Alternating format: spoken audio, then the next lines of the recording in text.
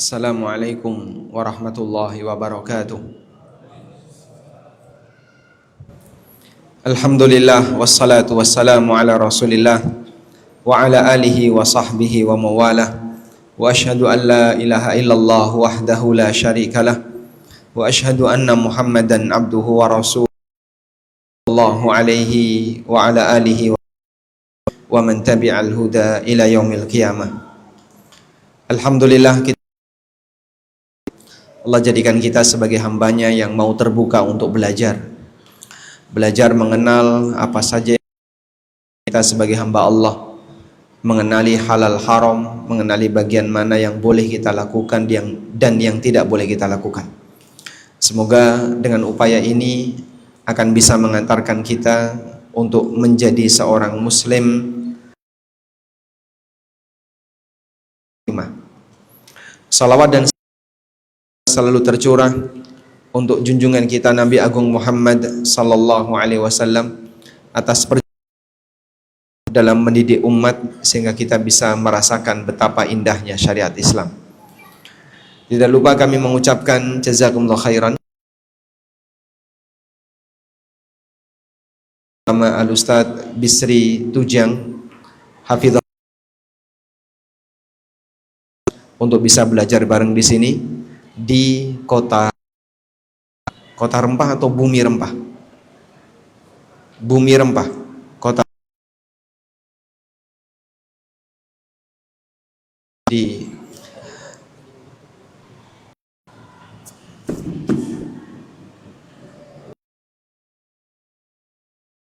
kita sebuah nikmat yang luar biasa berubah. Dan ini sifatnya nikmat muqayyadah. Nikmat muqayyadah artinya dia hanya bisa dirasakan ketika seorang hamba itu hidup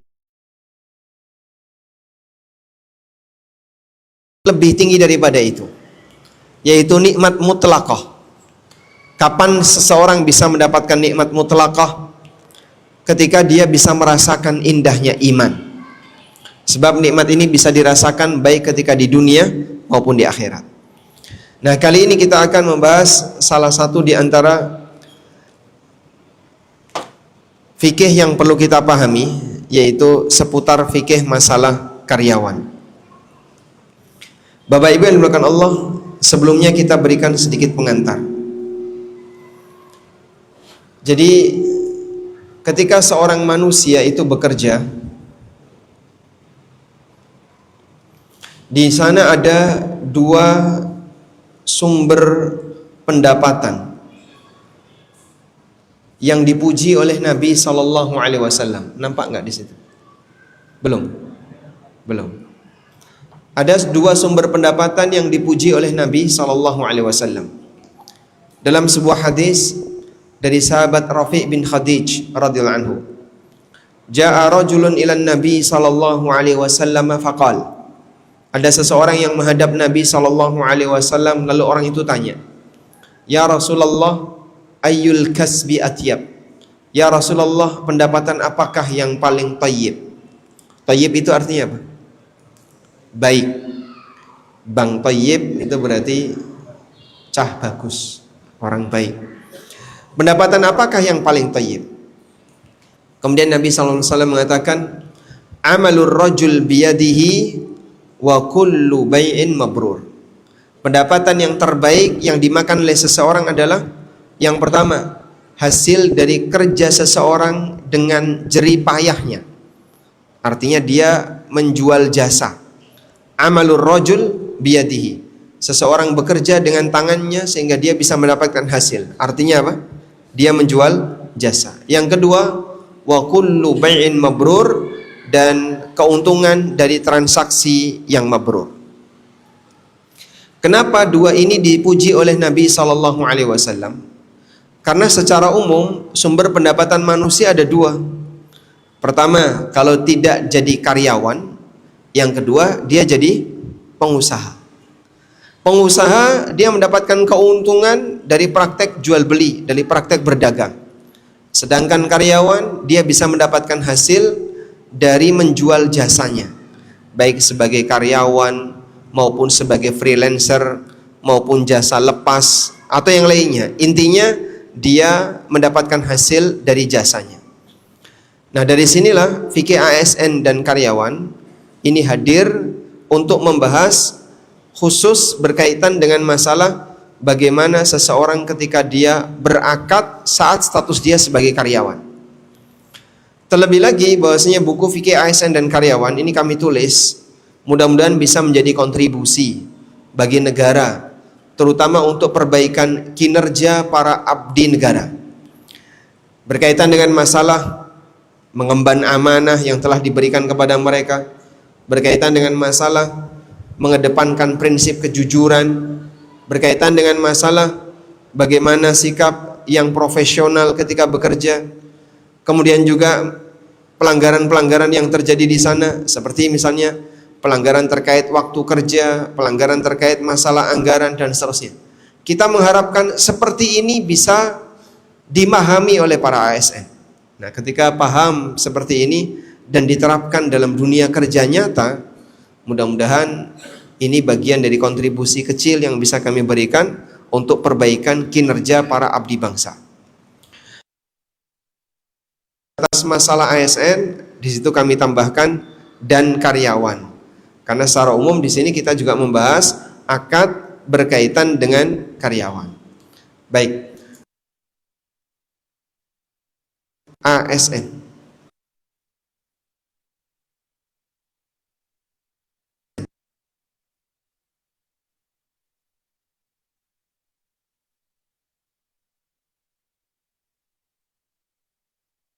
Pengangguran. ASN bukan, karyawan bukan, pengusaha bukan, oh pelajar ya.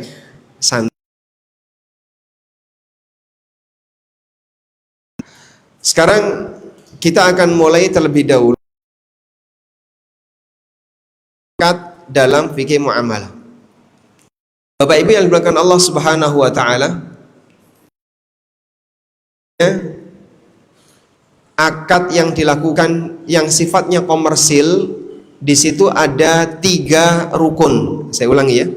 Ada 3 rukun utama dalam akad komersil. Apa saja itu, Pak?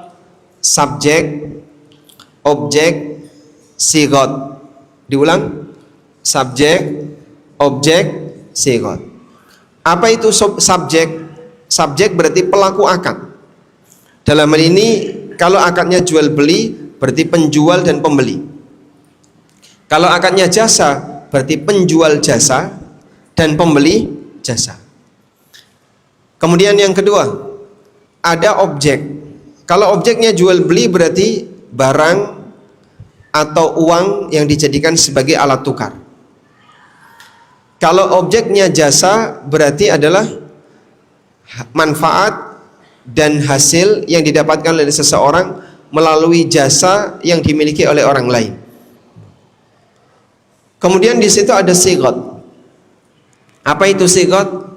Pernyataan lisan atau tulisan yang menunjukkan kedua belah pihak saling ridho untuk melakukan akad. Saya ulangi ya, sigot itu apa tadi? Pernyataan lisan maupun tulisan yang menunjukkan kedua belah pihak ridho untuk melakukan akad. Baik. Kalau kita membahas tentang fikih ASN dan karyawan, berarti di sini akadnya terkait apa? Jual beli jasa. Maka subjeknya siapa, Pak? Orang yang bekerja penjual jasa dan penerima jasa sebagai pembeli jasa. Objeknya apa? Kerja dan jasa. Kemudian yang kedua apa? Uang sebagai alat tukar dan bayaran. Lalu sigot. Sigot adalah akad ijarah yang terjadi antara seseorang dengan konsumennya. Sampai di sini dipahami? Sigotnya tadi apa? Akad ijarah. Akad ijarah itu apa? Jual beli jasa antara seseorang pemilik jasa dengan konsumennya. Baik, saya lanjutkan. Kaitannya dengan jual beli jasa, bahwa jual beli jasa bisa kita bagi menjadi 2. Yang pertama, jual beli jasa untuk objek yang bentuknya benda mati. Contohnya jasa rumah, jasa kendaraan, jasa peralatan, dan seterusnya. Ini disebut dengan ijaratul ain. Disebut dengan apa? Ijaratul ain. Ijaratul ain adalah jual beli jasa yang objeknya benda mati yang bisa dimanfaatkan, atau benda yang tidak berakal seperti jasa sapi untuk garap sawah dan seterusnya, jasa kuda untuk tunggangan. Yang kedua, ada jual beli jasa manusia. Jual beli jasa yang objeknya manusia, makhluk yang berakal. Ini disebut dengan ijaratul ashkhas. Ijarah al-ashkhas. Transaksi jasa, tapi yang ditransaksikan adalah objek berupa kerja manusia. Baik. Untuk yang pertama, ijaratul ain, seperti transaksi sewa rumah, sewa kendaraan, sewa tunggangan, sewa perlengkapan, dan seterusnya, tidak kita bahas. Dalam kajian fikih ASN dan karyawan, kita tidak menyentuh itu. Nah, kita lebih banyak fokus di jual beli jasa berupa kerja manusia. Selanjutnya, pada diri manusia, di situ ada bagian yang tidak boleh diperjualbelikan dan ada bagian yang boleh diperjualbelikan. Saya ulangi, pada diri manusia ada bagian yang tidak boleh diperjualbelikan dan ada bagian yang boleh diperjualbelikan. Apa Pak yang tidak boleh diperjualbelikan? Semua yang keluar dari badan manusia dan yang ada di badan manusia. Contohnya, tidak boleh jual beli darah. Sehingga donor darah itu boleh nggak minta bayaran? Jual darah boleh enggak? Enggak boleh. Kalau dikasih hadiah bagi penerima donor, silahkan. Tapi kalau orang mau donor dengan syarat dibayar, sehingga dia minta atau dia menjual darah, hukumnya haram. Karena berarti menjual sesuatu yang keluar dari manusia. Contoh yang lain, menjual organ yang ada di badan orang. Misalnya menjual kornea, menjual ginjal, jual paru, apalagi jual organ yang sifatnya mustahil untuk bisa digandakan. Begitu diambil mati. Contoh jual jantung, jual otak, jual apa lagi? Jual organ yang satu itu contohnya apa? Liver. Nah, seperti ini kalau ditransaksikan, maka nanti konsekuensinya yang menjual dia akan mati. Sehingga 100% dilarang. Lalu bagaimana kalau organ itu bisa tumbuh seperti darah, rambut, termasuk juga bagi wanita adalah ASI. Apakah boleh diperjualbelikan? Jawabannya tidak boleh. Ini yang disebut dengan fadolatul insan. Disebut dengan apa? Fadolatul insan. Fadolatul insan itu adalah segala yang keluar dari manusia. Rambut, kemudian apa lagi? Darah, ASI, dan seterusnya. Seperti ini tidak diperbolehkan untuk diperjualbelikan. Baik. Terus bagaimana Pak? Kalau dalam Al-Qur'an ada, dalam Al-Qur'an ada akad namanya akad istirda. Wa in tastardi'u auladakum fala junaha alaikum. Kalau kalian mau melakukan akad istirda untuk anak kalian, fala junaha alaikum, tidak ada dosa bagi kalian. Akad istirda, menyusui bayi, ini dibolehkan dalam Al-Qur'an. Tapi akad istirda itu bukan jual beli ASI, tapi jual beli jasa menyusui. Sama atau beda? Beda. Bedanya di mana Pak? Kalau jual beli ASI, ukurannya adalah berapa volume ASI yang diminum bayi.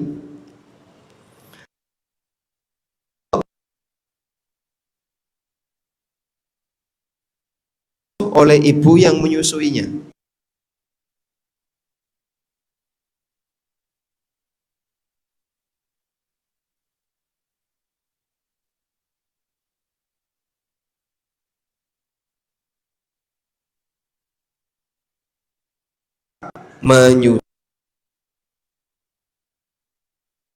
Apa hukum jual beli lu?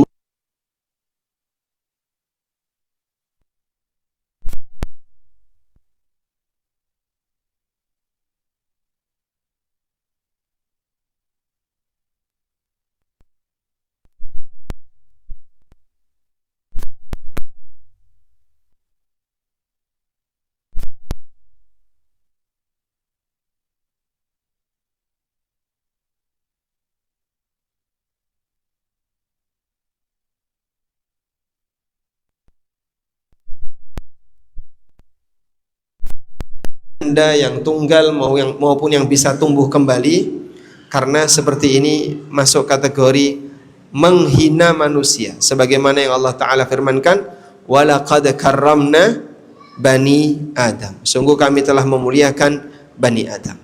Baik, lalu dalam akad istirda yang benar apa? Jasa yang ditransaksikan, yaitu jasa menyusui anak, bukan jual beli ASI. Pertanyaannya sekarang, boleh nggak menyusui bayi orang lain? Ya boleh-boleh saja, maupun baik berbayar maupun tidak berbayar, hukumnya boleh. Terus nanti konsekuensinya apa? Bisa menyebabkan adanya mahram karena persusuan. Selanjutnya,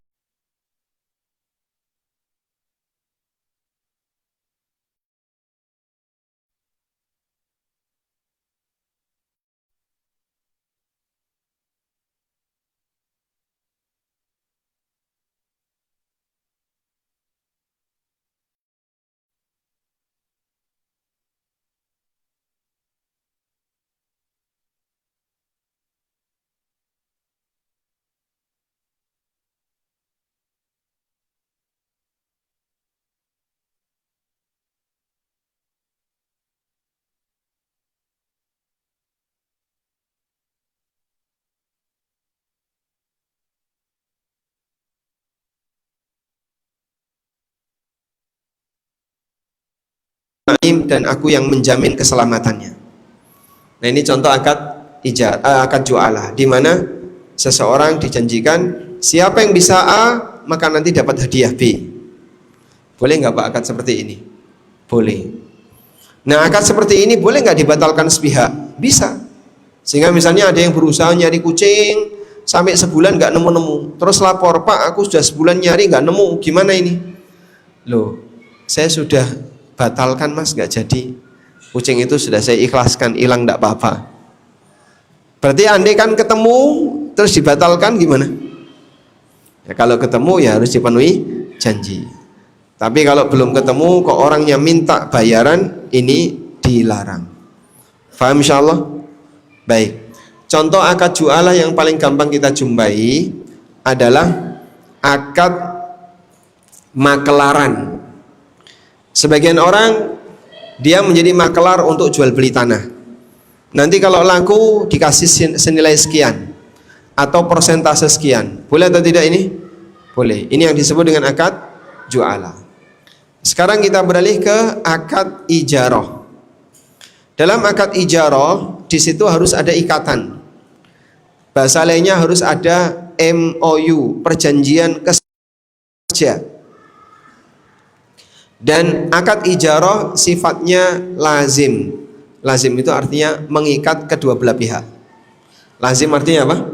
Mengikat kedua belah pihak, sehingga tidak bisa dibatalkan sepihak.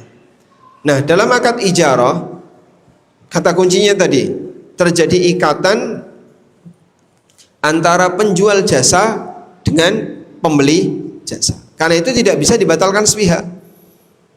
Beda dengan jualah tadi. Dia nempel pengumuman di mana-mana, dan siapapun mau ikut silahkan. Siapapun mau ikut terlibat untuk mencari kucing hilang tadi, silahkan. Kalau ijarah tidak bisa kayak gitu. Hanya yang terdaftar sudah MOU yang boleh ikut kerja. Sehingga Bapak misalnya ya datang ke kantor Pertamina padahal bukan karyawan Pertamina, terus ikut kerja di situ, kira-kira digaji nggak? Kenapa tidak? Karena bukan. Dan benar nggak perusahaan membiarkan kita tidak digaji? Benar loh. Kenapa Pak? Ya karena kamu belum terdaftar. Akad ijarah harus ada ikatan, maka dilakukan secara resmi, ada pendaftaran dan seterusnya. Baik. Nah, selanjutnya ijarah kalau dilihat dari ketersediaan waktunya, pertama, ada akad ijarah yang dibatasi oleh waktu. Misalnya, kamu harus kerja dari jam 8 sampai jam 4. Itu berarti dibatasi oleh waktu. Nanti Sabtu Ahad libur, sepekan masuk. Ini ijarah yang dibatasi oleh waktu. Yang kedua, ada akad ijarah yang dibatasi oleh target. Kamu kerjakan kapanpun terserah, di rumah juga boleh, online juga nggak apa-apa, yang penting targetmu ini selesai. Akad ijarah yang ditargetkan dengan model seperti ini yang kita sering sebut dengan freelance ya. Yang penting pokoknya targetnya selesai, beres, dia bisa mendapatkan fee. Sudah? Sehingga untuk bagian yang kedua ini sifatnya adalah yang penting target ada, dibayar. Kalau target tidak ada, maka tidak ada bayaran. Pak, ini kenapa tidak masuk ju'ala, Pak? Sebab dia ada ikatan, sehingga tidak bisa dibatalkan sepihak. Baik, sampai di sini bisa dipahami? Bisa dipahami atau tidak? Akad ijarah ada berapa tadi? 3 atau 4? 2. Yang pertama? Hah? Akad ijarah ada berapa? 2. Yang pertama? Ijaratul ain. Ijaratul ain itu apa? Akad jual beli jasa yang objeknya adalah benda tidak berakal seperti benda mati, rumah, tanah dan seterusnya, kendaraan, atau benda yang tidak berakal tapi hidup seperti tunggangan. Yang kedua ijaratul apa tadi? Ashkhas. Ijaratul ashkhas itu apa? Jual beli jasa manusia. Boleh nggak kayak gini? Boleh. Karena yang dilarang dari manusia apa? Menjual organnya atau yang ada di tubuhnya. Tapi kalau jasa manusia boleh diperjualbelikan. Maka dari manusia yang boleh diperjualbelikan adalah jasa. Kemudian yang ketiga, untuk jual beli jasa manusia ada berapa tadi pembagiannya? 2. Yang pertama ju'alah, yang kedua ijaratul ashkhas. Nah, untuk ijaratul ashkhas, di mana seseorang sudah menjual waktunya untuk perusahaan, maka satu prinsip yang perlu dia pahami, dilarang untuk khianat. Dilarang untuk khianat. Bentuknya gimana, Pak?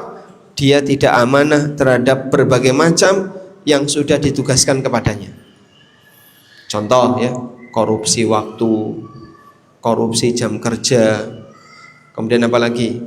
Aneka amplop-amplop liar padahal tidak ada asal usulnya, tidak rapat tapi dikasih duit rapat. Loh kan tanda tangan, Pak, tanda tangannya titip teman, yang ikut rapat nanda tangani yang tidak ikut rapat. Apa-apaan seperti ini, maka dia mendapatkan harta dari hasil yang tidak benar karena ada bentuk kebohongan dan kecurangan. Udah? Nah, di bagian ijaratul ashkhas seperti ini, yaitu akad ijarah, di mana seseorang menjual jasanya kepada orang lain. Di situ ada beberapa ketentuan yang harus dipenuhi.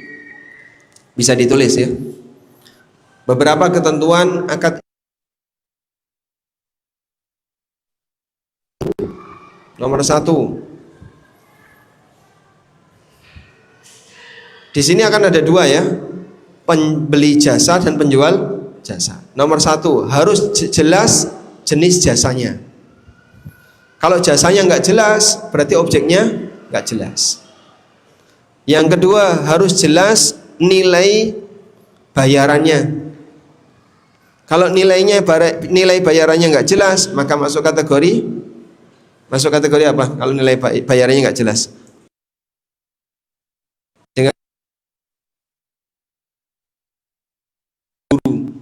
di Ma'had Umar Al-Faruq. Setelah diwawancara diterima. Dah, kamu minta gaji berapa? Ya, terserah saya saja, terserah Bapak saja. Yang penting pokoknya saya diterima kerja di sini. Dia cuma bilang terserah. Terserah tapi tidak menemukan atau tidak menyebutkan nilai. Gimana kira-kira? Ya, ini berarti duitnya goro. Dan masuk dalam hal ini adalah beberapa guru yang dia punya semangat mengajar di pesantren, tapi MOU-nya nggak ada. Mau digaji berapa? Guru ini tidak tahu dari awal. Haknya apa saja? Guru ini tidak tahu dari awal. Dan banyak kan kadang udahlah jalan dulu aja lah, nanti mikir gaji belakangan. Ada kayak gitu? Ada? Udah jalan dulu aja, nanti gaji mikir belakangan. Kalau kayak gini terjadi gimana, Pak? Berarti harganya tidak jelas. Harganya tidak jelas. Dan ini masuk kategori gharar.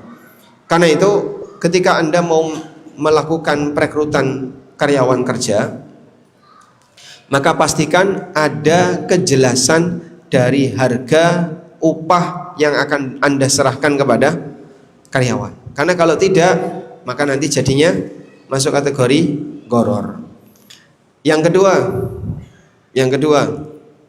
dalam akad ijaratul ashkhas tidak boleh ada unsur tolong menolong dalam maksiat.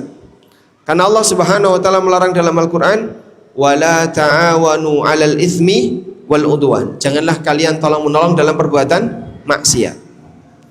Contohnya gimana, Pak? Tolong menolong dalam perbuatan maksiat. Ada orang yang jasanya halal tapi dipakai untuk membantu maksiat. Security itu halal atau haram?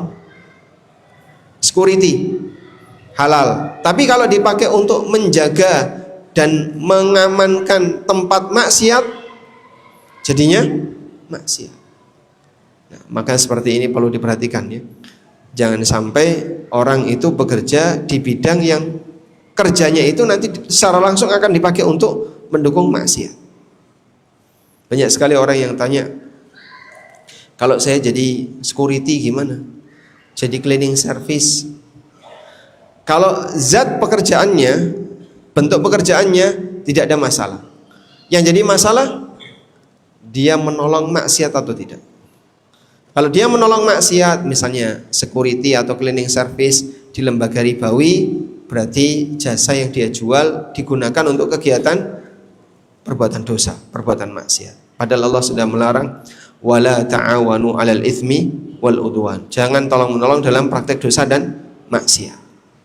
Baik. Selanjutnya yang ketiga, syarat dalam ijaratul ashkhas harus ada kejelasan jasa.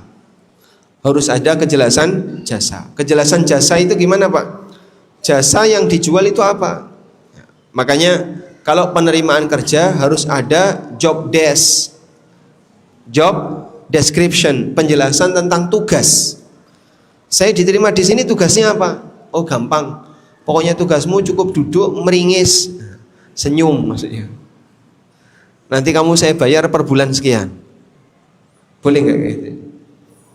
Disuruh duduk senyum aja, nanti per bulan dibayar sekian. Boleh? Boleh aja kalau orang itu mau. Boleh kalau orang itu mau. Mas, senyum itu capek nggak, Mas? Senyum itu capek enggak? Enggak. Coba tersenyum sampai nanti kajian selesai. Nanti giginya kering ya. Nah, tersenyum itu tidak melelahkan, tidak capek, enggak butuh modal, tapi jadi sedekah bagi siapa? Sesama muslim. Nabi sallallahu alaihi wasallam mengatakan apa? Tabassumuka fi wajhi akhika laka sadaqah. Engkau senyum kepada wajah di hadapan wajah saudaramu, kau akan mendapatkan pahala. Maka bapak-bapak, tersenyumlah karena gigi Anda bukan aurat. Coba salaman dengan kanan kirinya sambil tersenyum. Silakan. Ini sudah belum? Nah, semoga jadi sedekah bagi Anda. Di majelis ilmu Anda tersenyum kepada teman sebelah kanan kirinya, ini masuk kategori pahala, punya akar. Seorang muslim dalam hal ini ketika itu harus ada kejelasan jasa. Kalau tidak ada kejelasan jasa, berarti akadnya juga Selanjutnya yang keberapa? Keempat.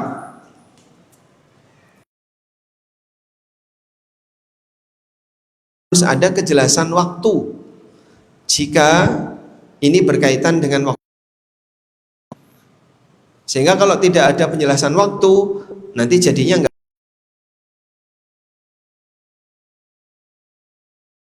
Karyawan, Pak, katanya di sini tuh dulu waktu MOU jam 5 pulang. Tapi ternyata berubah. Loh, berubahnya gimana? Pokoknya kalau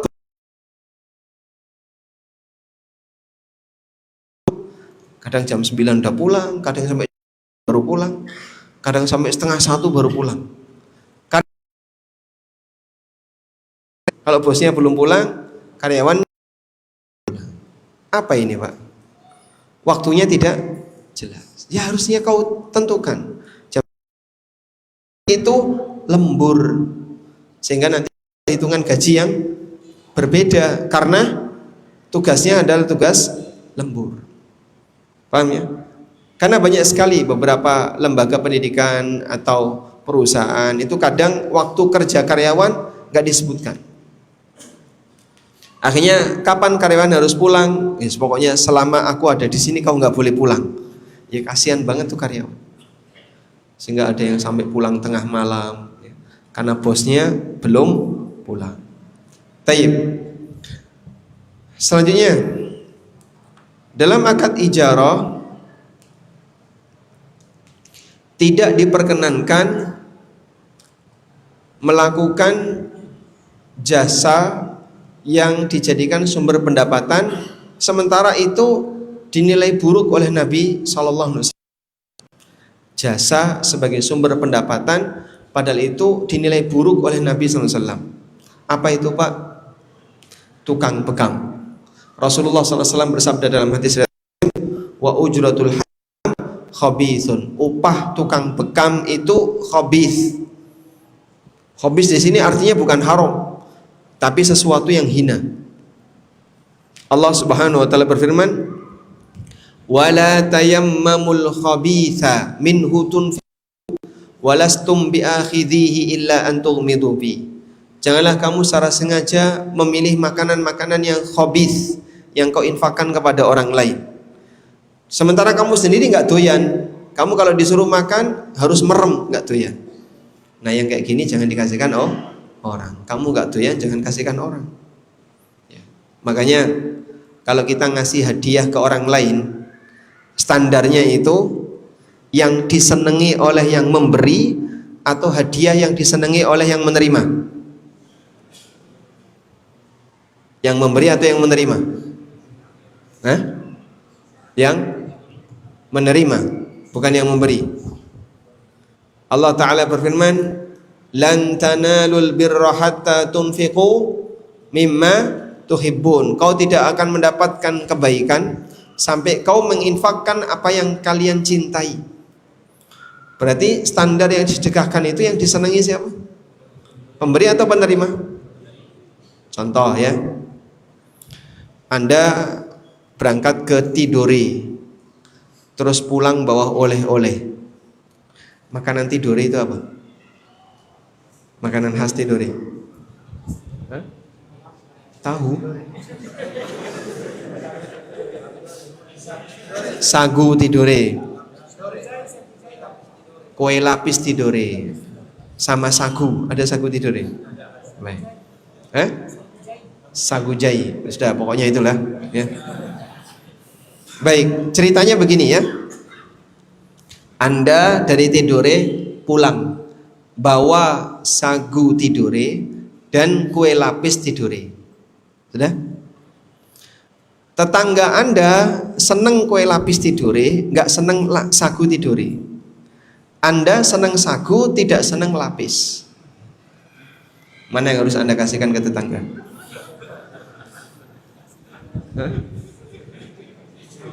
Anda ngasih yang mana? Anda bawa lapis sama sagu. Tetangga Anda seneng sagu, nggak seneng lapis. Anda seneng lapis, nggak seneng sagu. Yang Anda kasihkan yang mana? Dua-duanya. Masya Allah. Baik. Makanya ini tambahan sedikit ya. Kalau Anda punya aneka makanan banyak ya, dikasih orang misalnya, ada banyak sekali rupa-rupa makanan, jajan-jajan, banyak sekali. Terus panggil istrinya, "Dek, ini ada banyak makanan, kamu pilih mana yang kamu suka?" Dipilihlah A, B, C, taruh di piring. Setelah dipilih taruh di piring, kasihkan ke tetangganya. Kira-kira istrinya marah nggak? Hah? Marah nggak Ustaz? Nggak tahu, belum praktek. Ustadz bawa aneka makanan, suruh istrinya milih yang kamu senangi mana, dipilih ya, kumpulin di piring, nah kasihkan ke tetangganya. Sebab memberi itu berdasarkan apa yang kita cintai. Maka istrinya langsung tanya, istrimu yang mana? Yang ini tahu istri sebelah itu. Baik, sudah masuk waktu Isya. Gimana? Kita dengerin adzan Isya atau salat?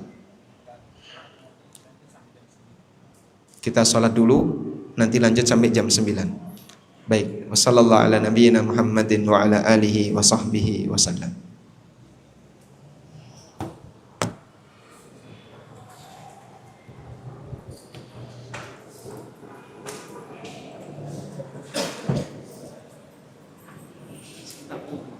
Ustaz wudu di